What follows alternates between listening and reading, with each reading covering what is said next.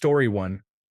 I was the only one making an effort to contact, and when I stopped, the problem resolved itself. Story 2. I experienced a miscarriage, and they often reminded my husband and me that he wasn't a father and I wasn't a mother. Story 3. They stopped responding to my texts and calls. I gave them space, but then I finally asked what was wrong. They said nothing, so I was like, oh, okay. But they still acted strangely. After some digging, they finally admitted I had done something to upset them. I asked what I did, but they didn't respond. I waited a few days and then told them that I couldn't repair things if they didn't tell me what I did. They still wouldn't communicate, so I expressed my hope that they find peace and left them alone. We were quite close, and I will probably never know what I did wrong.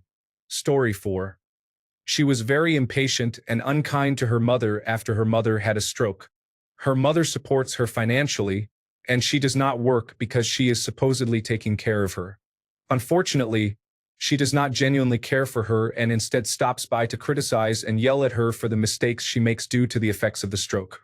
It is difficult to watch. Story 5. I have ended 2 long-term friendships in the last 2 years. One friend yelled at me, "You have verbal diarrhea," after we had eaten at a restaurant because I asked her husband in the parking lot if he had gone to his high school reunion, and she wanted to go home. The other friend likely has a paranoid personality disorder that was worsening with age. She was constantly searching for signs that people were lying to her, spying on her, or trying to scam her. Anyone who walked past her house was suspected of something. She would point her finger at me and say, "You're lying." One day at a park, we were with her and her husband when she stuck her head in a car window and asked the driver what he was doing. He replied that he was on his phone. She then suggested calling the police on him. This behavior persisted all day. It was an exhausting day, and the next morning, my husband told me he had planned to get some things done but felt too drained after being with her the day before and did not want to see them again. It was time to move on. I could write a book on paranoid personality disorder. Story 6. He said my wife's tattoos are trash.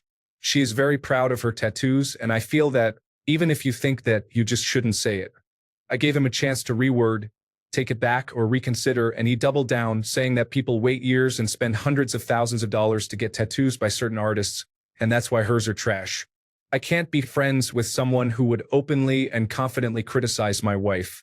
Story 7. My friend in high school stole my wallet and then helped me look for it. Another friend was addicted to drugs and was throwing rocks at my window in the middle of the night because I allegedly owed him $20 from high school. We were 26 at the time. Then he got my best friend addicted to drugs because he didn't want to do them alone. I'm empathetic with addicts, but once you get another person addicted to drugs intentionally, all my empathy disappears. Story 8.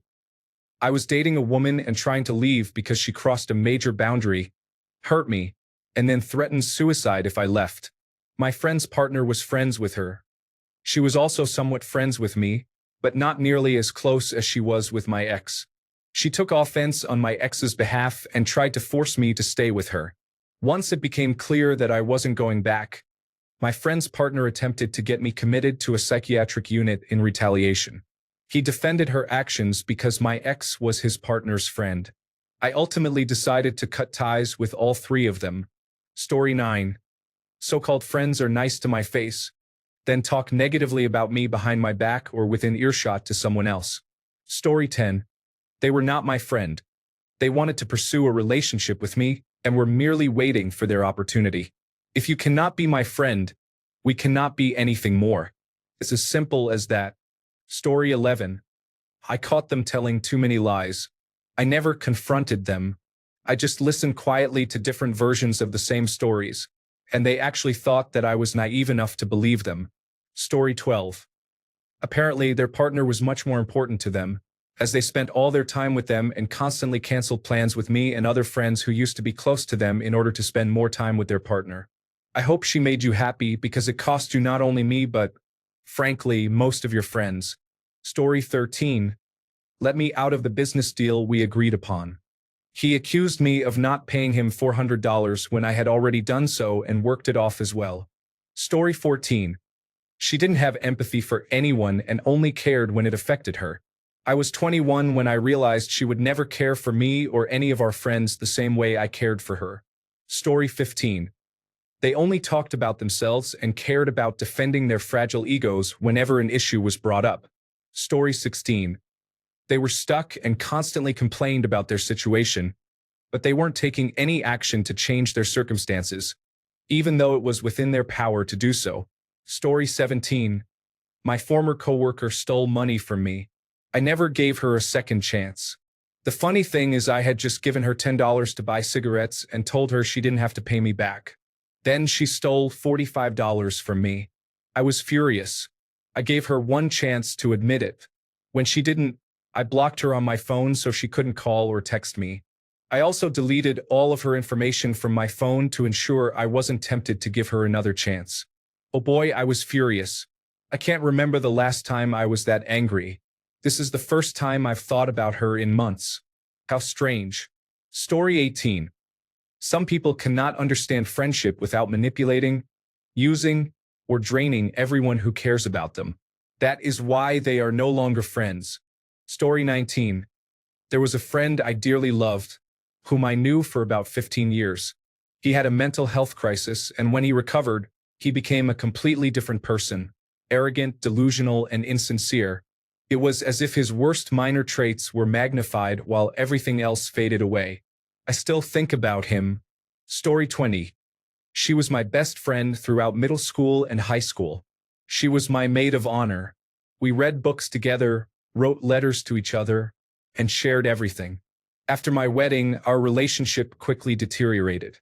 She would often call to complain about her CEO boyfriend or her wealthy situationship, asking for advice on how to handle them. For nearly 2 years, every conversation revolved around her. Not once did she ask how I was doing or anything about me.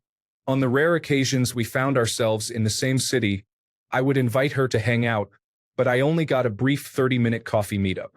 The last time I reached out was when she was coming into town. I asked for some time together, but she declined, saying that this trip was just for family. I understood. Later that night, I saw her posting dozens of photos on social media of her out with other friends, partying and bar hopping. The next day, I texted her, saying, "Don't reach out to me anymore. I'm done." I blocked her on everything. We haven't spoken in almost 10 years. I miss our friendship, but I don't miss the selfish person she became. I hope she is doing well and has grown as a person, but I still don't want to hear from her again. Story 21. When I was in the hospital and needed help, they said, "Let me know when you get over all this. When you show me your true colors." In this case, it was clear they didn't care. It is over. Story 22. One upper. I couldn't tell him anything without hearing how he had done it bigger and better. It grated on my nerves after a while. Story 23. She took my love for granted, ignored me for weeks, and would return saying, "I thought you disliked me." She always turned it around on me. Story 24. Lead me on, disrespected me openly, and then pretended they didn't know why I was upset. They showed me that they take me for granted. Story 25. She treated everyone except me poorly.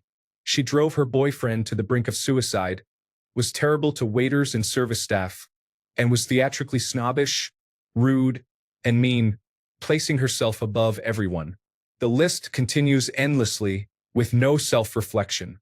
The new personality type, dark empath, describes her perfectly. It felt as if a dark, sticky energy was slowly being cleansed from my system after I broke up with her.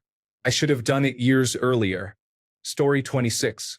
In middle school, a friend revealed the identities of our lesbian friends to their very Catholic families out of jealousy because his close friend in the relationship was spending less time with him.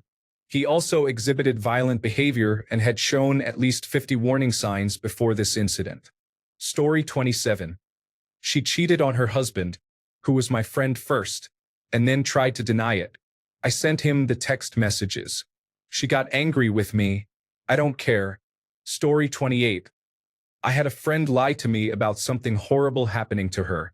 I forgave her but said I didn't want friends who would lie to me about something so serious. And if she lied to me again, I was done. She lied. I told her I hoped she would choose to treat future friends better. I never saw her again. Story 29. It is hard for me to trust someone enough to consider them a friend. In my 30 years of life, I have made only 6 real friends. Once I consider someone a friend, I am an open book for them.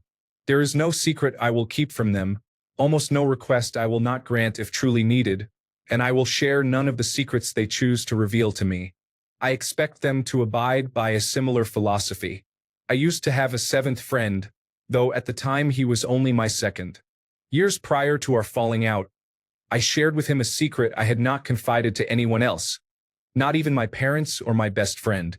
I asked him to take it to his grave, and he agreed. Years passed, and I genuinely forgot I had even shared that secret with him until one day, while arguing over petty reasons, he decided to reveal it to the entire group of people surrounding us. I broke his nose and ended our friendship forever. It is a sad memory, but I guess it is better it happened early on, before I had something more important to keep as a secret. Story 30. Because I was always the butt of his jokes and he picked on no one else but me, he was selfish to the point that whenever we wanted to do something, he would create a fuss if it wasn't something he wanted to do, like where we wanted to eat. Due to his personality and his dislike for many things, people in our group settled for places like KFC to keep the peace. Finally, whenever we played online, he would always target me in any shooter game and choose a certain friend for strategy games because he knew he was good and it helped him win. When I got killed or fell behind, he would laugh as if I were his jester. I could go on. He was not a good person to me. I had enough and said it was no longer fun hanging out with him, and I haven't heard from him since. He wasn't remorseful either, as I didn't receive a single apology since we are adults. He was like the character Eric Cartman of our group. Story 31. Their job always bothered me. They worked for a finance-related company that sought out small business owners to offer loans with high interest rates. Knowing these individuals would struggle to repay them in a short amount of time, often leading to decades of debt. They would brag about landing the perfect client. Meanwhile, that client was often a restaurant owner who believed that by taking out a loan, they could pay their employees and keep the doors open for a few more months, hoping to become profitable again. This behavior exploits people's desperation and hope for corporate and personal gain. I couldn't respect that kind of person. Story 32. He kept asking me for money and promising to pay me back but never did, even though he was a single man with very few commitments and at least the same income as me. Knowing that I have a family to support, when I called him out on it, he ghosted me. That message was received loud and clear. It makes me hesitant to reach out to help or befriend others. Story 33. She was intentionally demanding towards the wait staff. I could tell it was a mindset of, if I treat them this way, it will ensure we get exactly what we want. The last straw for me was when she breathed through her nose loudly and ate with an aggressive manner at the movies. Story 34. I grew tired of insincere pity, shameless undermining, lies, and manipulation. The truth is, regardless of what anyone says about someone else's character, it's important to listen not just to the words, but to the implications behind them. Would anyone answer a call in the morning just to complain and then say not to call them in the morning? I mean, she was awake and made a point of letting me know how alert she was. I refused to engage with that. I am grateful that I no longer carry the shame of others connected to my trauma. Story 35. Most relationships I have ended because I grew tired of the false hope that one day they would learn, one day they would improve, and one day they would realize what they were doing wrong and figure out what to do right. False hope is much more potent and horrible than you would think. Story 36. He owed me money. I helped him out when he needed it the most. They never mentioned it or returned anything since then. I never asked for it and figured letting it fade away was the best way to go. Sad, considering we've known each other for 30 years. Story 37. I suffered from depression and went missing in action. I simply didn't open my WhatsApp messages. For 5 months, I didn't receive any texts or calls from my former best friends. I was not giving any sign of life, even on social media, where I had been quite active before. It was just after my birthday that I fell into a deeper state of loneliness. I felt so alone, and they didn't seem to worry at all. As the new year approached, one of them began to reach out because her wedding was coming up. It turned out she just wanted to know if I was attending, primarily due to the cost of my place, which felt like a knife in my heart. She also mentioned that she thought I was jealous of her, even though I had always celebrated her happiness and her children. For her, it was clearly about her own concerns. She didn't care that we hadn't spoken in months or how I was doing. She was only focused on herself and her money. Even though I understood the financial aspect, I did not receive any response after I suggested we meet to talk, especially since our friendship had taken a toll. The other friend never reached out except through WhatsApp, even after I expressed that it stressed me out. I also realized how they treated me in comparison to the gifts I gave them versus the gifts they gave me. When you dislike rum and one of them gifts you a mojito set, it's clear they don't care. There were many other instances like this. I loved them more than they liked me, and I was completely done accepting this hollow friendship just because they were my oldest friends. Story 38. I was always there for her, but she wasn't there for me. When she was feeling down, I did everything possible to make it better. When I was down, she made me feel worse. In the last year, she only called me to go out when she didn't have anyone else, while denying that she did anything wrong. Story 39. It was a relationship, but two things stand out as the straws that broke the camel's back. She told me that she never cleans up her cat's mess. She simply lets her dog eat it. And when her dog got too old, blind, or deaf, she would lead the dog to the cat's mess and let it eat it. She went completely overboard on me for playing World of Warcraft with friends. We had been on a call for several hours playing games together and chatting, and when a friend asked if I wanted to play, I thought, why not? She said it was fine with her, but within 5 minutes of ending our call and starting our dungeon run, she flooded my messages, saying I had abandoned her, that she had lost friends to the game, and that I shouldn't play, among other things. Story 40. He was in love with someone who didn't want to be with him and kept spending time with them instead of me. I ended our friendship of 10 years. Story 41. I was friends with someone since 7th grade, and now I am in my 30s. After moving out of state, I realized I was the one making all the effort while we lived in the same city. She would occasionally message me to complain about my ex or someone we both knew, but it was always complaints. Eventually, I deleted my Facebook account, and since she never bothered to call, she lost my number and didn't know how to contact me.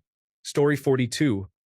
He became overly fixated on conspiracy theories during the COVID-19 pandemic, claiming it wasn't real because the definition keeps changing online. Definitions evolve over time. That is how research and language work. I'm relieved the friendship ended because he is now 25 and has a 15-year-old pregnant. I'm not interested in that situation. Story 43. There was a girl I had been trying to hang out with since we graduated. We saw each other a couple of times, and then she claimed she was always sick and had to stay in bed. One afternoon, while heading home from an appointment, I spotted her all dressed up on her way for a date with the guy she said was just a friend. I saw you two holding hands on the street, but anyway, later I saw in her Facebook story that they went axe throwing. Unbelievable, right? Story 44. She was very clingy. The constant guilt trips if I wanted to stop talking to her to do anything were overwhelming, especially since we were only chatting online. I cannot just talk to her all day and do nothing else. It lasted about 2 years. Story 45. I lost a best friend because her husband ignored my efforts to help save their marriage. This situation stemmed from a crush I had over 10 years ago, which has since faded. I was one of her closest friends and helped convince her to try to fix her marriage instead of choosing divorce, as they both would struggle financially and emotionally. I needed support due to changes in my life, and she had studied a bit of psychology to help others while earning extra income. Over a few months, I attempted to schedule a therapy session with her, offering to pay for it to assist her financially. However, she began to distance herself from me. When I expressed my genuine need for help, it became apparent that her husband had seen our lengthy conversations where I encouraged her to stay with him. What was overlooked was that over 10 years ago, we were both attracted to each other, but we never acted on it. I had feelings for her before she rapidly entered a relationship and subsequently married him. Story 46. She nitpicked things about me and talked behind my back about it. I put up with it because, oddly, I thought she was really insecure and felt bad for her. However, she spoke poorly of every other girl she knew and never said anything kind about them behind their backs. She seemed to have a general problem with her friendships. It felt like she didn't like any of them. Eventually, I just stopped talking to her. I still feel bad for her. There must be something going on that makes her act this way. It's not like she is popular either. She can't really keep friends. But I couldn't let it be my problem. I tried. Story 47. It became known that one of my closest coworker friends had been abusing children in her family in various forms of abuse. She was arrested, and afterward, the details emerged. It was absolutely sickening to realize that the person I had thought was a good soul had been intentionally committing such evil acts for years. Story 48. He was 31 and got a girlfriend who was 16 or 17. She thought I was attractive and assumed I only wanted to be with him. We were friends, like a big brother and little sister, but she didn't really know me. She only had my social media. He wasn't allowed to contact me, but he started calling me from his car at night after work so she wouldn't scream at him. In the end, he gave up our friendship to stay with her. One time, I went to his apartment, and she screamed from the top floor that she would harm herself if I stepped inside. That was the only time we saw each other. It still hurts after 5 years. Story 49. This question seems to come up frequently. If you have lost a friend and have no idea why, I find that very suspicious. Story 50. I was asked to be a bridesmaid and to try on a dress and give my opinion. I said I preferred the other dress without criticizing the first one. 1 week later, I received a text telling me I was no longer a bridesmaid, and then another message the next day saying I was completely uninvited. I tried to reach out, but there was no reply. 5 months after the wedding, I got a text saying, "Hey, how are you?" As if everything was normal. I never replied. It was very odd. Story 51. She sexually assaulted me while I was passing out drunk. A 15-year friendship pretty much ended that night. It is not often talked about among males, but things happen to males too. I was also sexually assaulted by a female coworker, which led me to cut ties with her. That woman was leaving the company and going out of the country, and I didn't know what to do because we had many friends in common at that time. I was the new hire in the office. I later told all my closest coworkers about it, and they were shocked. Story 52. She used all 3 chances to refrain from making negative remarks during my participation in mental health therapy. Story 53. I am a tattoo artist who only wanted to see me when she had a new tattoo idea. She ignored my attempts to hang out after I went through some traumatic events. I was over the one-sided friendship and felt used. Additionally, I recently ended another friendship with a girl who wouldn't stop being friends with the man who hurt me. Story 54. It got really strange. She downloaded an application on my phone to track my whereabouts. She asked to borrow it at a barbecue and requested that I plug in her phone. She was sick at the time, so I obliged.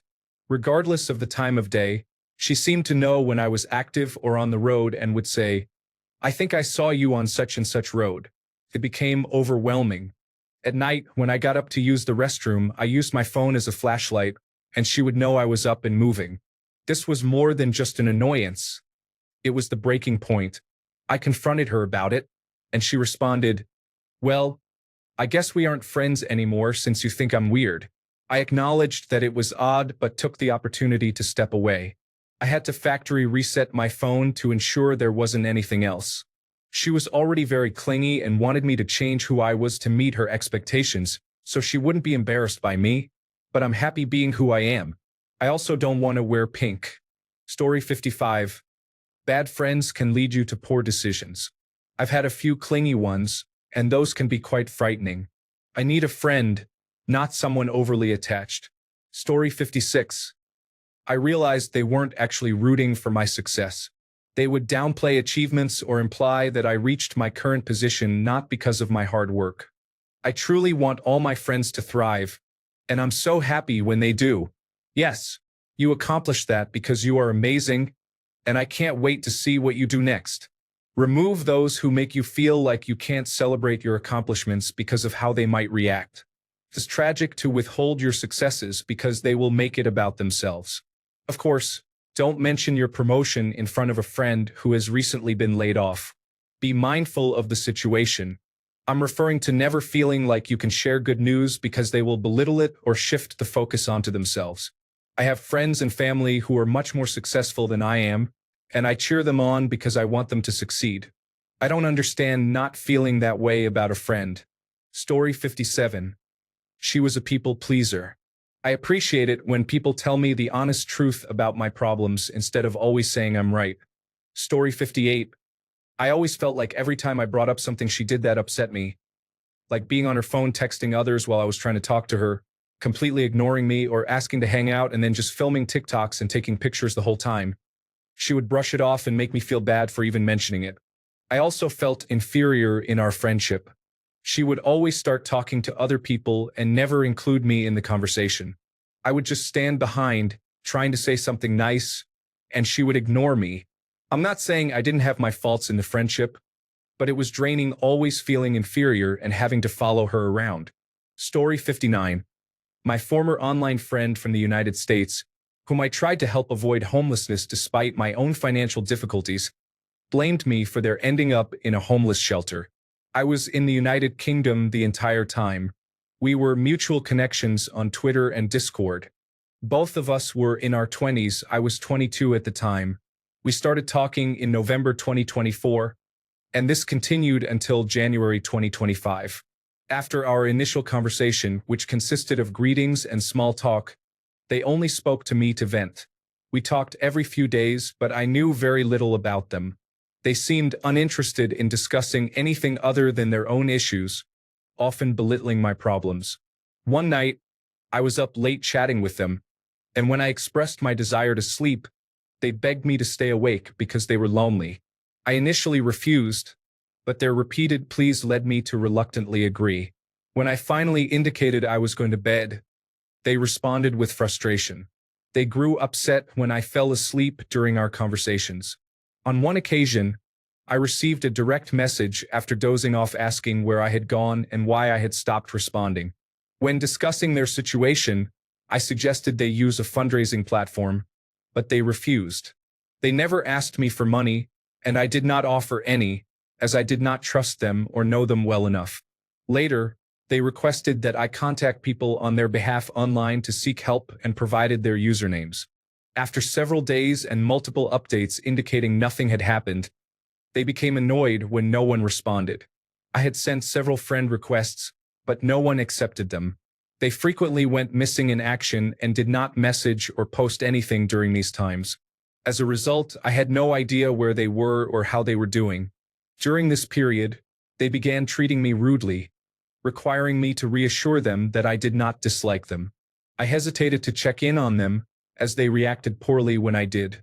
They bombarded me with messages when I did not reply, whether it had been a few minutes or while I was asleep, overwhelming me to the point that I struggled to respond. They then accused me of ignoring them. Much of their messaging was nonsensical, consisting of ellipses, emojis of dissatisfaction, and angry messages claiming nobody cared about them or that I hated them. I genuinely attempted to help them and did not ignore them. When I became overwhelmed, I found it difficult to communicate with anyone and made a post about it, which received more engagement than our direct messages. They claimed to understand my situation but continued to overwhelm me. I was also experiencing anxiety from excessive social media use, exacerbated by their spamming. After our interactions, I often felt drained, and whenever I received notifications from them, I panicked. This was especially true when they sent me messages, and I was unsure how to respond. Even on rare occasions when I didn't receive DMs from them, I still panicked. I was continually concerned about their well-being, but my own overwhelm worsened my mental health, which was already poor. After they suggested that I speak to others to help them, they failed to take their own steps towards getting help. Meanwhile, I was still trying. When their situation worsened, they became frustrated. Throughout this, I experienced intermittent internet access due to a broken router, relying on my mother's mobile hotspot, which was not always available. They were aware of this but still demanded my attention. Referring back to my earlier point, I received a message from them stating that nobody cared about their situation after I had fallen asleep during our conversation, which frequently happened when we talked late. Later, they messaged me about their grandfather's death, to which I replied, "I'm sorry for your loss." A few times prior, friends had lost family members, and their friends had thanked me for expressing condolences. However, my former friend reacted negatively, saying, "Cool, how does this help?" In all caps, accompanied by a clown emoji. They accused me of being two-faced, claiming I had abandoned them to suffer in a homeless shelter for 2 weeks, leading to illness and misery. While I may not fully understand the nuances of seeking shelter, I don't believe that someone so far away can be blamed for another's hardships, especially when they have no awareness of the situation. Keep in mind that during this time, they had gone missing for days or weeks, often with notifications set to "Do Not Disturb." During these absences, they neither messaged me nor posted anything on Twitter, leaving me unaware of their circumstances. We were in separate countries and had never met. Their attitude made me hesitant to communicate with them. I felt like I was walking on eggshells, fearing their reaction to anything I said. They demanded, "Well, I'm waiting, you fool." I promptly blocked them on both platforms we used to communicate. I realized that over the course of our interactions, I had cared for them, sometimes to the point of preventing them from self-harm, far more than they had cared for me. While I wanted them to focus on their own life, I at least expected some acknowledgement. In summary, this friend only contacted me to vent about their situation. They showed no interest in my well-being, expected financial assistance from others without a way to receive it, begged me to stay awake for them, spamming me with messages, disappearing multiple times, and then blaming me for things beyond my control. Several months have passed, and my mental health has significantly improved. I still hope they are okay and have found stable housing and financial support, but I was struggling to manage anything myself. Story 60, Hygiene. I loved them, I really did, but they smelled terrible. It wasn't vague or passing. No, it was persistent. Their clothes carried the stench like a badge of honor. Their home was a shrine to the gods of dampness and feline bodily fluids. I wanted to say something. I rehearsed it once while gagging in their bathroom, but I couldn't. Story 61. Realized that while they were personally kind and fun, they had one irremediable fault. They were a poisonous, malicious gossip. Story 62. He is a very manipulative person when it comes to women he talks to, often without realizing it. He would tell me about an argument he had with a girl, and it would be clear that he was gaslighting her. He would confidently say, "I outsmarted her." He was also very pretentious and felt like everyone was against him. One time, when we went to the pool, he arrived before me and said, "See those two guys over there?" When I came, they looked at me, so I stared back at them, and they got scared and looked away. I thought to myself, they probably just recognize you from somewhere. They don't want to fight you. This behavior was a recurring pattern of violence and an obsession with dominance, which made me incredibly tired, so I started ignoring him. You might wonder why I didn't communicate my feelings and just chose to ignore him instead. It's because he genuinely wouldn't see the wrong in his actions, and I would likely end up being gaslit like those girls. He often boasts that his self-respect is above everything, yet he keeps calling me constantly and even shows up unannounced at my house. But that's another story. Story 63. They pretended to be my friends while talking badly behind my back. I encountered this twice with different groups, and each time I cried in silence. Since then, I have significant trust issues and no friends. Story 64. Binabantayan AKO pelagi. Ano ang suot kong bag? Ano ang suot kong damit? Ate paano ko inayusan ang aking buhok? Nagepew pumilit pa siyang magepeang kaskahit elam niyang wala akong dalang helmet. Dahil sabi niya ako ang magebeabat sa multa kapag mahuhuli kami. May instance din na nalaman niya na may sasakyan ang kaibigan ko, at sinabi niya, mayaman pala sila. Sa tono na ang taas ng tingin niya sa sarili niya. Story 65. I was a kid. A friend of mine believed he could see ghosts and even had names for them. I pretended to share his belief and created stories with him. One day, I confronted him and said, "You know these aren't real, right?" but he insisted that they were. So I decided to leave. Story 66. I invited them to accompany me to my favorite band's concert, and they agreed.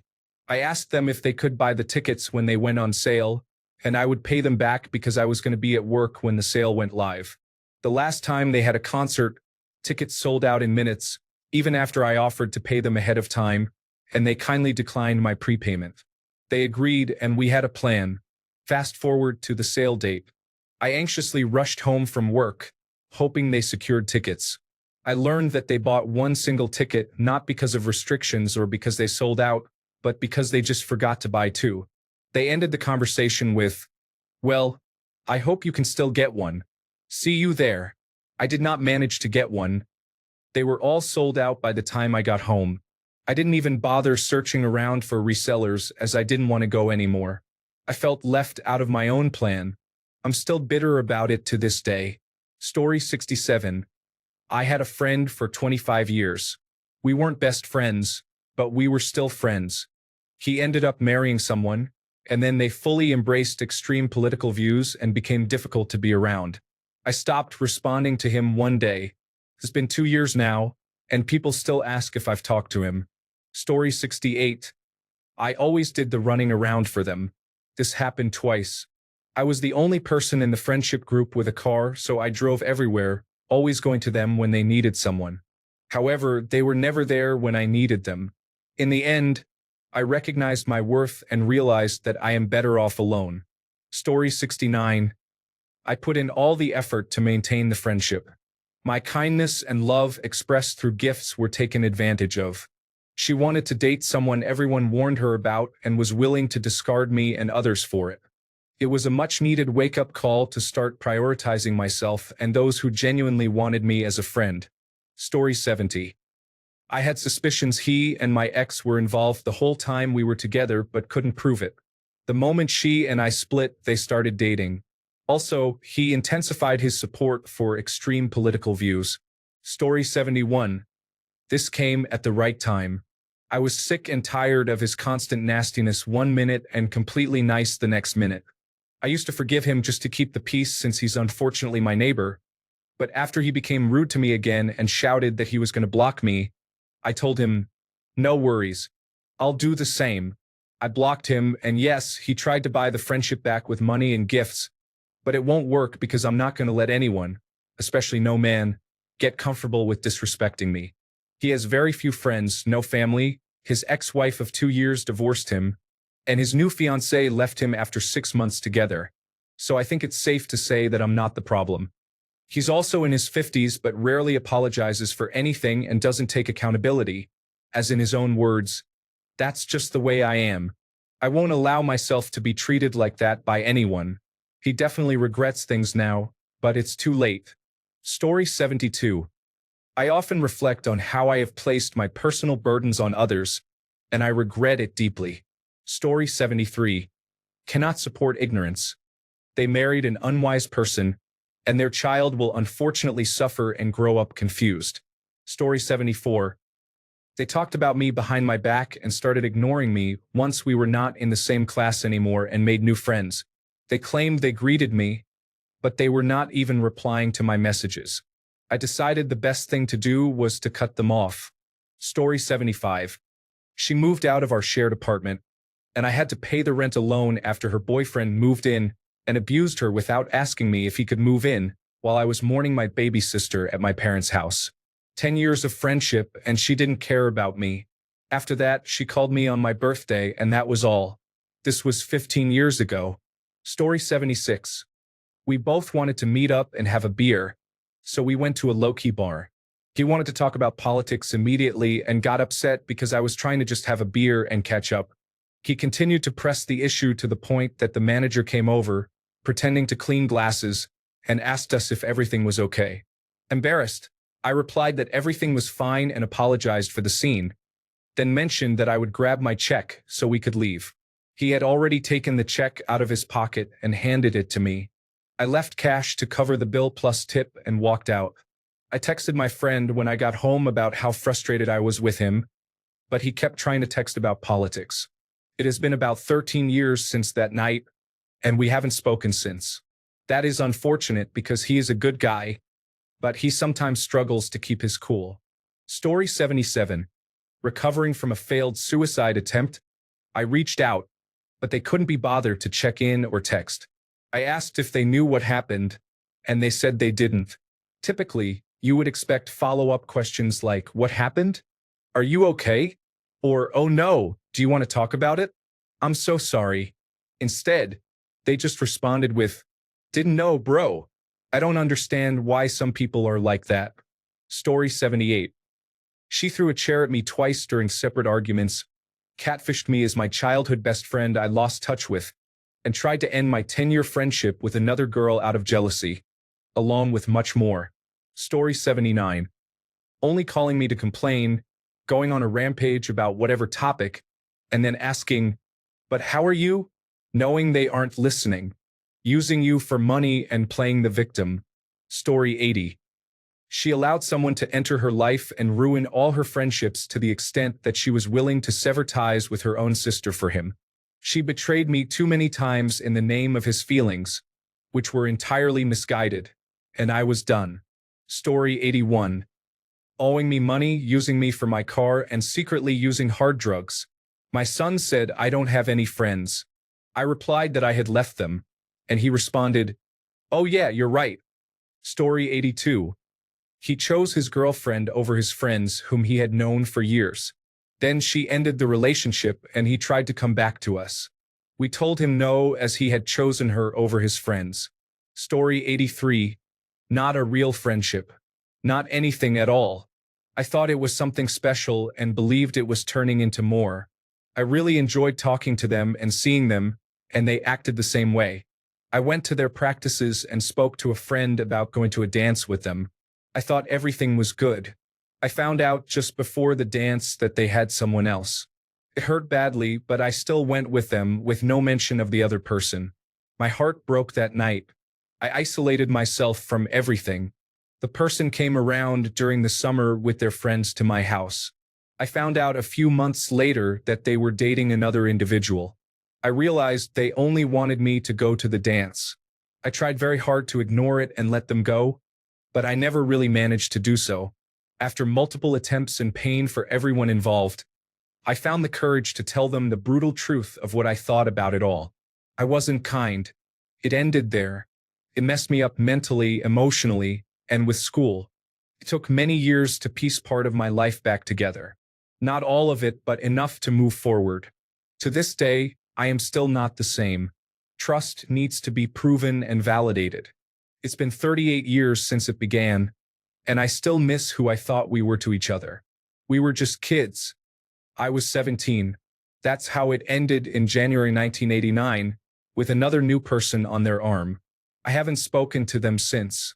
If you have read this far, she meant the world to me. Story 84. I've never seen any relationship survive when someone tells everyone our business as if they were being paid. I ask questions about certain matters, and eventually, the answer is that I'm not important enough. The fact they never thought of me as attractive yet still wanted physical things is frustrating. Story 85. Lack of consistency. If we are casual brunch friends once a month, that's fine. But when you say you're going to be there and constantly cancel, make excuses, or never reach out or respond, it feels one-sided. I understand that life gets busy, but I believe friendship requires effort. Like a plant, you need to water it and give it some attention and love. Story 86. Each number represents a different person. He was an arrogant person who always tried to one-up others. Every story he told was bigger and better than yours. He never had cash or marijuana and once stole a roll of coins from my desk. She had friends who were associated with extremist groups. She exhibited racist behavior. Story 87. I'm transgender and he voted for Trump. Despite everything happening, he refuses to believe he made a mistake. He even told me that prices are going up because of the Federal Reserve's quantitative easing, not tariffs. What quantitative easing? Federal Reserve assets are on the decline. Story 88. I am an introvert. He wanted to spend more time together.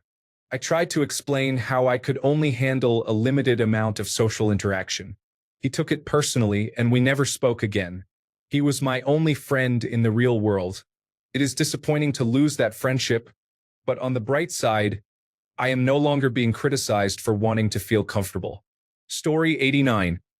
US politics was the final straw in a friendship that was drifting away. We were friends mainly because we sat together on the school bus in ninth grade, but our differences became more noticeable after school and then university.